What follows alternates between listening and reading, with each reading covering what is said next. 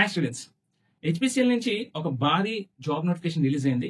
So ఈ వీడియోలో మనం ఆ నోటిఫికేషన్ మొత్తాన్ని సింపుల్ స్టెప్స్ లో డీకోడ్ చేద్దాం. అసలు ఎన్ని వేకెన్సీస్ ఉన్నాయి, పే స్కేల్స్ ఎలా ఉన్నాయి, ఎసెన్షియల్ క్వాలిఫికేషన్ ఏం కావాలి, ఏజ్ లిమిట్ ఏంటి, ఎక్స్పీరియన్స్ ఏమైనా కావాలా లేదా, ఓకే, ఎవరెవరు ఎలిజిబుల్, ఎవరెవరు నాట్ ఎలిజిబుల్, ఇలా కంప్లీట్ ఇన్ఫర్మేషన్ ని సింపుల్ వేలో నేను డీకోడ్ చేస్తాను. ఈ వీడియో ఎక్కడ స్కిప్ చేయకుండా చూసినట్టయితే విత్ ఇన్ మినిట్స్ ఈ నోటిఫికేషన్ గురించి కంప్లీట్ ఇన్ఫర్మేషన్ మీకు దొరుకుతుంది. మా ఛానల్ ఫస్ట్ టైం విజిట్ చేసిన వాళ్ళైతే మేము చేసే వీడియోస్ నచ్చినట్టయితే ఒక లైక్ ఇవ్వండి, అలాగే మీ ఫ్రెండ్స్ తో షేర్ చేయండి. సబ్స్క్రైబ్ చేయడం మాత్రం మర్చిపోవద్దు.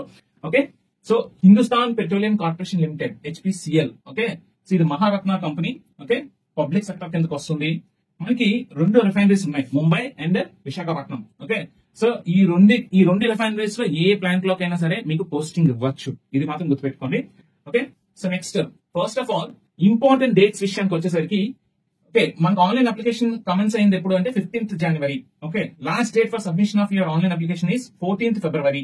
Positions, eligibility criteria, vacancy, snap shot ఈ టేబుల్ ఇచ్చాడు, జాగ్రత్తగా అబ్జర్వ్ చేయండి. మనకి ఇక్కడ ఈ నోటిఫికేషన్ లో తీసుకున్న పొజిషన్స్ ఏంటి అంటే JEE mechanical, JEE electrical, JEE instrumentation, JEE chemical. Okay, అందరికీ కూడా pay scale same 30,000 to 1,20,000 pay scale లో ఉన్నారు. Okay, JEE mechanical 130 vacancies, JEE electrical 65 vacancies, JEE instrumentation 37 vacancies, JEE chemical 2 vacancies.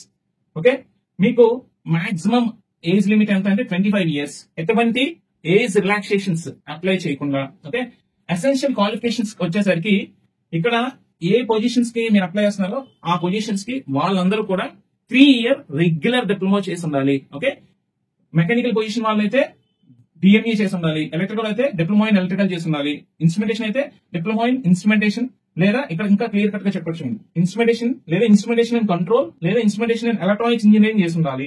Next chemical వాళ్ళైతే chemical engineering లేదా chemical technology చేసి ఉండాలి. వాళ్ళు మాత్రమే ఈ పొజిషన్స్ కి అప్లై చేసుకోవడానికి ఎలిజిబుల్.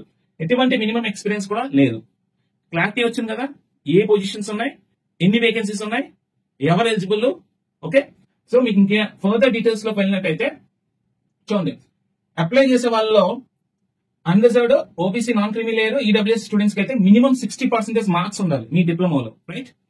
ఎస్సీ ఎస్టీ పీడబ్ల్యూఈడి క్యాండిడేట్స్ కి అయితే 50% మినిమం మార్క్స్ ఉండాలి. Next short listing and selection process విషయానికి వస్తే, సెలక్షన్ ప్రాసెస్ ఏ విధంగా ఉంటుంది అంటే, సో ఫస్ట్ అప్లై చేసిన క్యాండిడేట్స్ నుంచి షార్ట్ లిస్ట్ చేసి సిబిటి ఎగ్జామినేషన్ ఎవరు ఎలిజిబుల్ లిస్ట్ పెడతారు.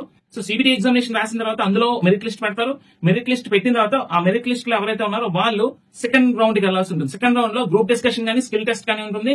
ఈ సెకండ్ రౌండ్ లో కూడా క్వాలిఫై అయితే మీకు పర్సనల్ ఇంటర్వ్యూకి వెళ్తారు. ఇది third round. Third round personal interview తర్వాత ఫోర్త్ రౌండ్ లో ప్రీ మెడికల్ ఎగ్జామినేషన్ ఉంటుంది. ఈ ప్రీ మెడికల్ ఎగ్జామినేషన్ కంప్లీట్ చేసుకున్న వాళ్ళు మాత్రమే మీకు ఎంప్లాయ్మెంట్ ఇస్తారు. ఓకే, సో అన్ని స్టేజెస్ లో కూడా మీరు మెరిట్ లిస్ట్ లో ఉండాలి. అన్ని స్టేజెస్ లో మెరిట్ లిస్ట్ లో ఉన్న వాళ్ళకి మాత్రమే ఫైనల్ జాబ్ వస్తుంది, రైట్.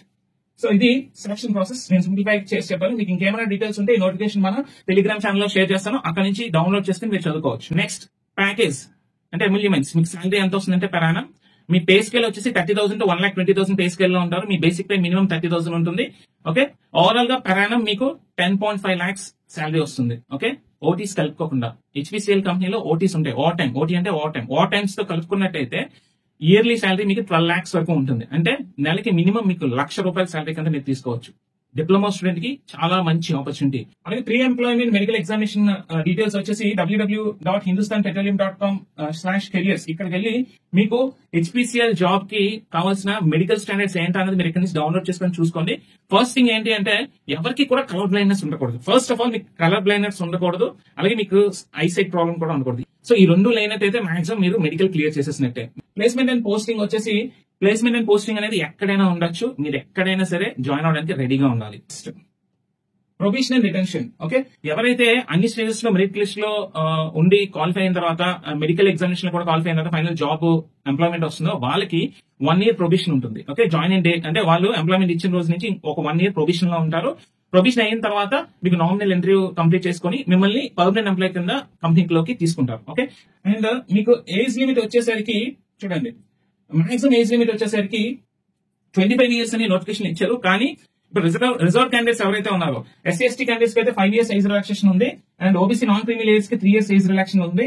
అలాగే పీడబ్ల్యూడీ క్యాండిడేట్స్ కి అయితే మినిమం 10 years, మాక్సిమం 15 years వరకు ఏజ్ రిలాక్సేషన్స్ ఉన్నాయి. ఏజ్ రిలాక్సేషన్స్ అప్లై చేస్తే అన్రిజర్వ్ క్యాండిడేట్స్ కి 25 years, ఓబీసీ నాన్ క్రిమి లేయర్ కి 28 years, ఎస్సీ ఎస్టీ క్యాండిడేట్స్ కి అయితే 30 years. ఓకే, పీడబ్ల్యూడీ క్యాండిడేట్స్ అయితే మినిమం 35 years ఏజ్ రిలాక్సేషన్స్ ఉన్నాయి. Okay okay and PWBD eligibilities ఇవన్నీ ఇక్కడ ఉన్నాయి. నోటిఫికేషన్ డౌన్లోడ్ చేసుకుని ఒకసారి చెక్ చేసుకోండి. అప్లికేషన్ ప్రాసెస్, మీరు అప్లికేషన్ మాత్రం ఆన్లైన్ లోనే సబ్మిట్ చేయాల్సి ఉంటుంది. రైట్, నెక్స్ట్ ఏమైనా తప్పులు తడకలు ఉంటే మీ ప్రిస్క్రైబ్ ఫార్మాట్ లో వాళ్ళు డైరెక్ట్ గా మిమ్మల్ని క్యాన్సిల్ చేస్తారు అప్లికేషన్, ఇంకే డౌట్ లేదు. అండ్ అలాగే మీరు ఇచ్చే ఈమెయిల్ ఐడి అలాగే ఫోన్ నెంబర్ కూడా 1 year మెయింటైన్ చేయండి. మీకు ఏ కమ్యూనికేషన్ అయినా త్రూ ఈమెయిల్ లేదా త్రూ ఫోన్ వస్తుంది, మెసేజ్ లో వస్తాయి. Okay, so next CBT personal interview for different positions may be conducted on the same day, different venues for all the positions. Any request for change of venue, date of CBT interview will not be entertained. ఈ point గుర్తుపెట్టుకోండి. Application fee విషయానికి వచ్చేసరికి SC ST PWD candidates కి ఎలాంటి application fee లేదు. Unreserved OBC non క్రిమి layer EWS students కి అయితే non refundable 1180 rupees application fee, అంటే 1000 రూపీస్ ఏమో అప్లికేషన్ ఫీ, 180 రూపీస్ ఏమో GST, 18% GST అప్లై చేస్తారు. ఓకే, సో అందరూ ఒక SC ST PWD క్యాండిడేట్స్ తప్ప రిమైనింగ్ అందరికీ కూడా 1180 రూపీస్ అవుతుంది ఈ పొజిషన్ కి అప్లై చేసుకోవడానికి. Okay, payment mode debit card, credit card, UPI, net banking ఏదైనా వాడుకోవచ్చు. ఓకే, ఇన్కంప్లీట్ గుర్తుపెట్టుకోండి. మీ పేమెంట్ స్టేటస్ కంప్లీటెడ్ అని రావాలి. కంప్లీటెడ్ అని వచ్చిన తర్వాత మీ మిగతా అవన్నీ చూసుకోవాలి. ఇన్కంప్లీట్ అని వచ్చింది అంటే మీ పేమెంట్ స్టేటస్ అప్లికేషన్ సబ్మిట్ అవ్వదు. ఇది చాలా important point. No other mode of payment than those mention above will be accepted. Okay, general instructions ఇక్కడ ఇచ్చారు. జనరల్ ఇన్స్ట్రక్షన్స్ ఏంటి అంటే ఎలిజిబిలిటీ క్రైటీరియా ఎవరెవరికి అంటే ఓన్లీ బీటెక్ చేసిన students not eligible. Okay, and diploma students కి చాలా పెద్ద డౌట్ ఉంటుంది, నేను డిప్లొమా చేశాను, బీటెక్ కూడా చేశాను, నేను ఎలిజిబుల్ కాదా అనేది. సో ఇక్కడ హయ్యర్ క్వాలిఫికేషన్ నాట్ ఎలిజిబుల్ అన్నాడు, కానీ మినిమం క్వాలిఫికేషన్ ఉంటే మీరు ఎలిజిబుల్. అంటే మినిమం క్వాలిఫికేషన్ అంటే ఏంటి, మీరు డిప్లొమా మెకానికల్ చేసి మళ్ళీ బీటెక్ మెకానికల్ చేసి ఉంటే మీరు ఎలిజిబుల్. ఎందుకంటే ఎసెన్షియల్ క్వాలిఫికేషన్ మీరు కంప్లీట్ చేశారు కాబట్టి. ఎసెన్షియల్ క్వాలిఫికేషన్ లేకుండా అంటే డిప్లొమా లేకుండా ఇంటర్ బీటెక్ చేసిన వాళ్ళు మీరు పొజిషన్ అప్లై చేసుకోలేరు.